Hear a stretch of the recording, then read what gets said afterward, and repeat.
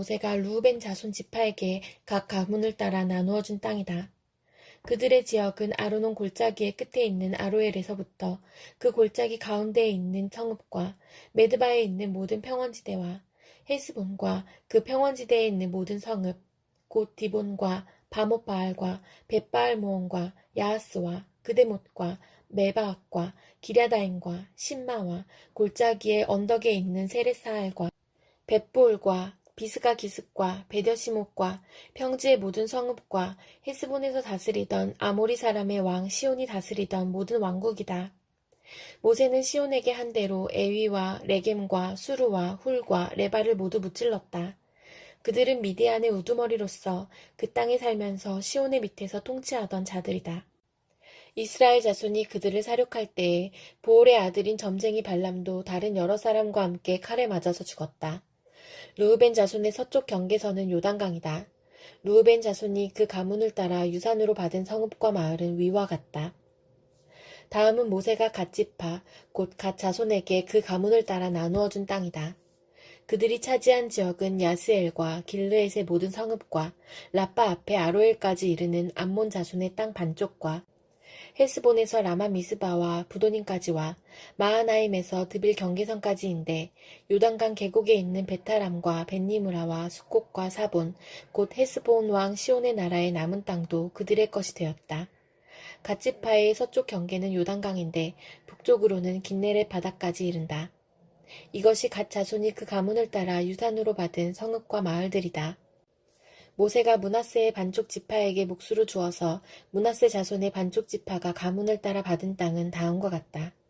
그들이 차지한 지역은 마하나임에서부터 바산에 온 땅, 곧 바산왕 옥의 왕국 전체와 바산에 있는 야일의 주거지 전체인 예순 성읍과 길르앗의 반쪽과 바산왕 옥의 왕국에 있는 두 성읍인 아스다롯과 에드레이다.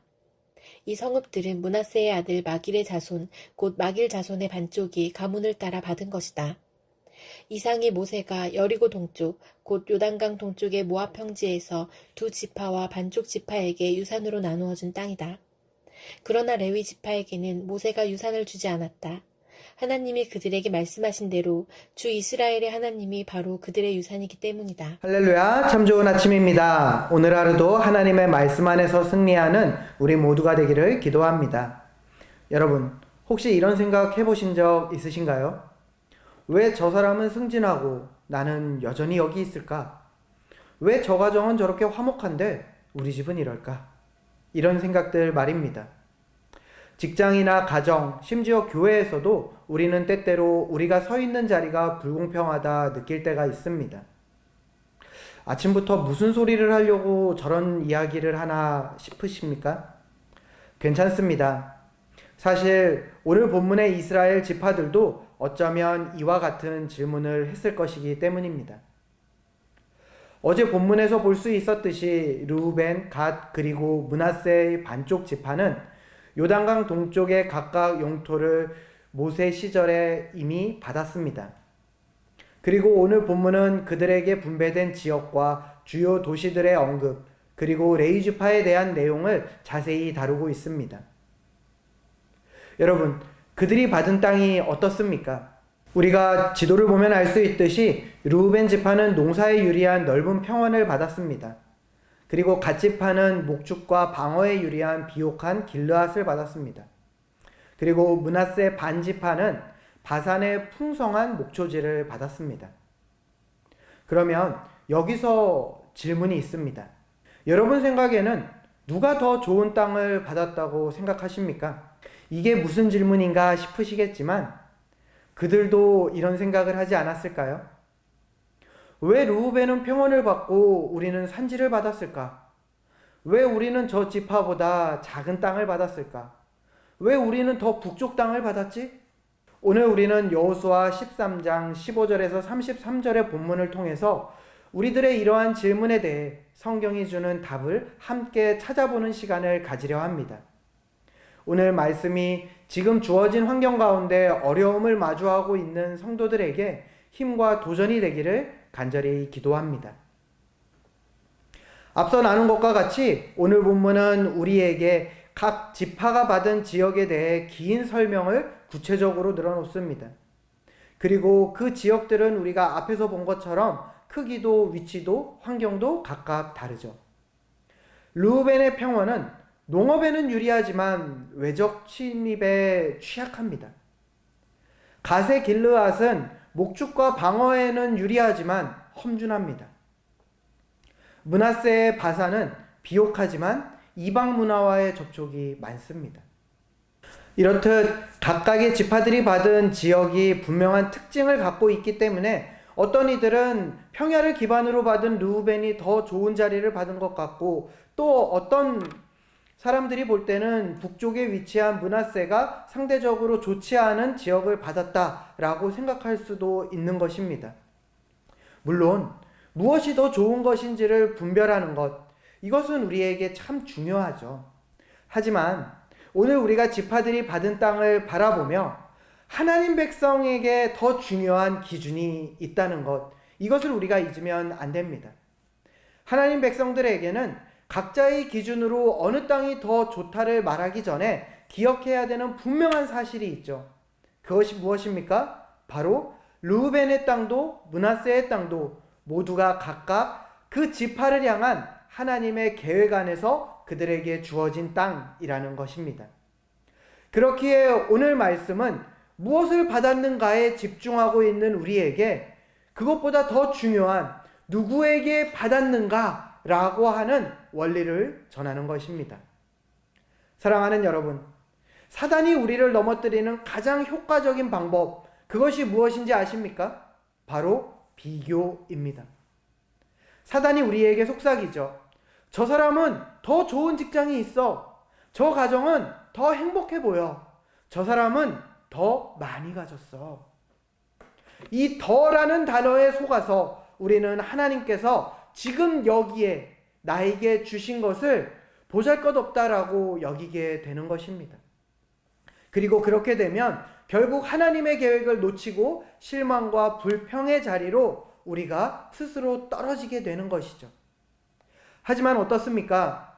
오늘 본문에서 볼 수 있듯이 르우벤의 평원도 므낫세의 바산도 모두 하나님 백성들을 향해 준비하신 하나님의 약속의 땅이었습니다. 하나님께서는 오늘 본문에서 알 수 있듯이 어느 지파도 소홀하게 다루지 않으시고 꼼꼼하게 지파들의 성읍과 지역들을 분배하셨습니다. 각 지파들이 거주하게 될 땅은 하나님의 가장 완벽한 계획 안에서 그들에게 주어진 그들을 위한 하나님의 유산이었던 것이죠. 그리고 이 사실은 지금 우리가 서 있는 그 모든 자리에서도 동일합니다. 지금 우리에게 주어진 가정, 직장, 교회, 이 모든 것은 결코 우연으로 우리에게 주어진 것이 아니죠.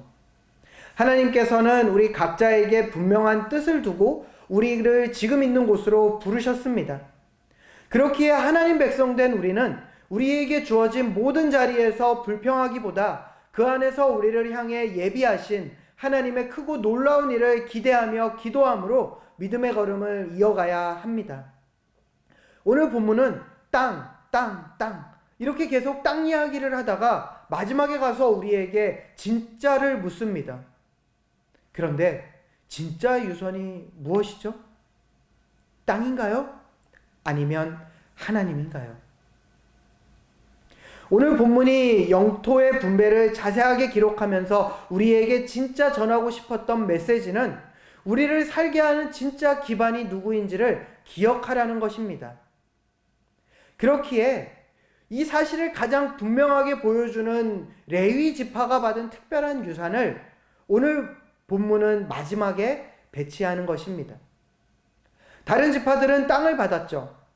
구체적인 성읍, 경계선, 목초지를 받았습니다.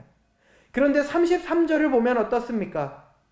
레위 지파에게는 모세가 유산을 주지 않았다라고 기록되어 있습니다. 왜일까요? 레위 지파가 덜 중요해서일까요? 아니죠. 주 이스라엘의 하나님이 바로 그들의 진짜 유산이기 때문입니다. 땅을 받은 지파들은 어디에서 하나님을 섬길지를 알게 되었습니다. 하지만 레위 지파는 그들이 누구를 섬길지가 그들에게 주어진 전부였습니다.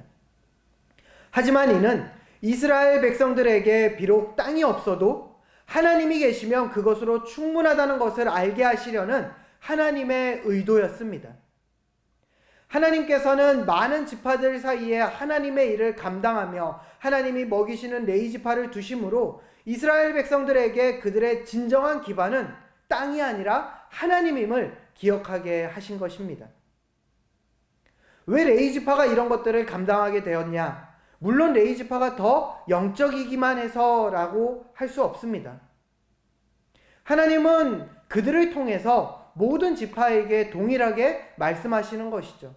레위 지파에게도, 그리고 땅을 받은 너희들에게도 진정한 기업은 땅이 아니라 바로 너희를 먹이고 너희를 지키며 너희를 승리하게 하는 나 하나님이다. 땅을 경작하는 르우벤도, 성전을 섬기는 레위도 모두 하나님을 섬기는 것입니다. 다만 그들이 섬기는 방식이 다를 뿐이죠. 여러분은 어떻습니까? 하나님이 여러분의 진정한 유산입니까? 조금 더 정확하고 직접적으로 물어볼까요? 여러분은 하나님으로 충분하십니까? 하나님 백성에게 물질적인 소유보다 더 귀한 것은 물질의 바탕을 허락하신 하나님과의 관계입니다. 하나님은 우리 각자에게도 각자의 삶의 자리에서 맡은 바 책임과 사명을 주셨습니다. 우리는 그곳에서 하나님을 예배하고 그분의 뜻을 이루며 살아가야 합니다. 각 지파가 자기 영토에서 하나님의 법을 지키며 거룩한 삶을 살아가야 했던 것처럼, 그리고 레위가 하나님이 있으라고 한 곳에서 하나님을 섬기며 살아가야 했던 것처럼 우리도 우리의 삶 속에서 하나님께 순종하며 살아가야 하는 것입니다. 그것이 우리를 지금 있는 곳에 허락하신 하나님의 진짜 뜻이자 우리 있는 곳에서 하나님으로 충만하게 하시는 하나님의 진짜 의도인 것입니다. 물론 때로는 우리에게 주어진 하나님의 자리가 힘이 들 때도 있을 것입니다. 오늘 본문에 등장하는 요단 동편의 땅은 지리적으로 외적의 침입이 가장 먼저 노출되는 그런 지역입니다. 실제로 역사적으로 볼 때도 이 지파들은 아수르의 포로로 끌려가는 아픔을 겪기도 했죠. 하나님이 부르신 곳이 항상 우리에게 있어서 가장 편한 자리는 아닐 수 있습니다. 때로는 그곳이 더 위험하고 외로운 곳일 수도 있다는 것입니다. 하지만 그럼에도 우리가 그곳에 머물러야 하는 이유는 하나님이 그곳에 우리를 두셨기 때문입니다. 왜 우리를 거기에 두셨는지 우리는 모릅니다. 왜 우리를 지금 있는 이 가정에, 왜 일터에, 이 교회에 부르셨는지 우리는 바로 알 수는 없습니다. 하지만 더 분명한 사실은 하나님은 그곳에서도 우리를 지키시고 승리하게 만드시는 하나님이라는 것이죠. 다니엘을 생각해 보십시오. 그에게 주어졌던 자리는 바벨론 포로라는 그가 선택하지도 원하지도 않았던 자리였습니다. 하지만 그곳에 하나님이 함께 하셨기에 그의 자리는 가장 영향력 있는 하나님을 드러내는 영광스러운 자리가 되었습니다. 오늘 본문 21절, 22절에서 미디안의 우두머리들과 발람의 패배를 기록한 것이 단순한 전쟁의 기록만은 아닌 것입니다. 하나님께서는 돈을 그의 유산으로 삼아 하나님 백성 이스라엘을 저주하고 악한 계략으로 방해한 그 발람이 결국 패배하게 하심을 통해서 부르신 곳에서 하나님 뜻 가운데 온전히 걸어가기를 결단하는 우리에게 그 방해하는 모든 것들을 넘어뜨리는 하나님을 보게 하시는 것입니다. 그리고 이를 통해서 우리가 그곳에서 하나님을 온전히 붙잡기만 하면 무엇을 누리게 되는지를 분명하게 알게 하시는 것이죠. 하나님께서는 먼저 땅을 받았지만 요단을 건너 다른 지파들의 전쟁에 참여해야 하는 그 책임을 감당하는 그 이스라엘의 지파들을 격려하며 그들을 도우실 것을 이렇게 드러내셨습니다. 그리고 동시에 우리에게도 동일하게 너희의 가는 그 길에서 내가 허락한 그곳에서 승리를 맛보게 하겠다. 너희를 방해하는 모든 것들과 내가 함께 싸우겠다 라고 선포하시는 것이죠. 그러므로 여러분, 포기하지 마십시오. 지금 우리에게 주어진 자리가 어떠하건 그 자리는 우리가 패배할 자리가 아닙니다. 하나님이 우리와 함께 하십니다. 그러므로 부르신 곳에서 부르신 뜻을 따라 끝까지 걸어가는 우리는 결코 실패하지 않습니다. 우리는 그저 부르신 곳에서 하나님의 뜻을 따라 충성하면 되는 것입니다. 비교의 마음 앞에서, 절망의 마음 앞에서, 실패의 낙심 앞에서 나를 여기에 두신 하나님을 신뢰하며 이곳에서 나를 통해 하나님이 이루고자 하시는 뜻을 구하며 불평 대신 내가 할 수 있는 작은 실천들로 하루를 채워가는 것, 그것을 하나님께서는 오늘 우리에게 원하시는 것입니다. 여전히 우리 앞에는 남겨진 전투들이 있을 것입니다. 하지만 그럼에도 우리는 하나님의 신실하심과 능력을 의지함으로 우리에게 주어진 자리에서 사명을 끝까지 감당하며 걸어가야만 하는 것이죠. 그럴 때 우리는 우리를 각자의 자리로 부르신 하나님의 뜻 안에서 우리를 향해 준비된 그 선물 같은 놀라운 승리의 은혜를 마주하게 될 것입니다. 사랑하는 성도 여러분, 오늘 본문을 통해서 우리가 나눈 이야기는 크게 세 가지입니다. 하나님은 각자에게 다른 땅을 주시지만 그 땅은 모두 약속의 땅인 것이죠. 그리고 또 진짜 유산은 땅이 아니라 바로 그 땅을 주신 하나님이라는 것입니다. 그리고 마지막으로 부르신 곳에서 충성하는 것이 그 땅을 허락하신, 그 있을 곳을 허락하신 하나님 안에서 우리가 승리하는 진짜 비결이라는 것입니다. 자, 이제 우리에게 던져진 질문은 이것입니다. 여러분은 지금 어디에서 누구와 함께 서 있습니까? 그곳이 평원이든 산지든, 앞에서 주도하는 자리든 뒤에서 보조하는 자리든, 화려한 자리든 외로운 자리든, 하나님이 당신을 거기에 두셨다면 그곳이 바로 우리를 향한 하나님의 약속의 땅인 것입니다. 그러므로 여러분, 이번 주 우리 안에 비교하려는 유혹이 들면 우리 이렇게 고백할 수 있기를 바랍니다. 하나님, 당신이 나를 여기에 두셨습니다. 당신이야말로 나의 진정한 유산입니다. 나는 여기서 당신을 섬기겠습니다. 이것이 부르신 곳에서 승리하는 하나님 백성의 진짜 고백인 것입니다. 여러분, 르우벤은 평원에서 하나님을 섬겼습니다. 갓은 산지에서 하나님을 섬겼죠. 레위는 땅이 없지만 그곳에서 하나님을 섬겼습니다. 방식은 달랐지만 모두 하나님을 섬겼습니다. 그리고 그들 모두는 하나님께서 주어주신 그 약속의 자리에 있었습니다. 우리가 지금 서 있는 이곳이야말로 우리를 향한 하나님의 약속의 땅입니다. 그러므로 여기서 하나님을 만나십시오. 그리고 여기서 하나님을 섬기십시오. 그리고 여기서 하나님의 뜻을 이루십시오. 그때 우리는 진짜를 발견하게 될 것입니다. 아, 하나님이 나를 여기에 두신 이유가 이것이었구나. 이것이야말로 우리가 부르신 곳에서 발견하게 되는 진정한 하나님의 유산인 것입니다. 바라기는 오늘 말씀 앞에 나온 우리 모든 사랑 믿는 교회 성도들이 지금 서 있는 바로 그 자리에서 하나님의 뜻을 발견하고 하나님과의 진정한 동행을 이어가며 부르신 곳에서 승리할 수 있는 참된 하나님 백성들이 되기를 이 시간 간절히 응원하며 기도합니다.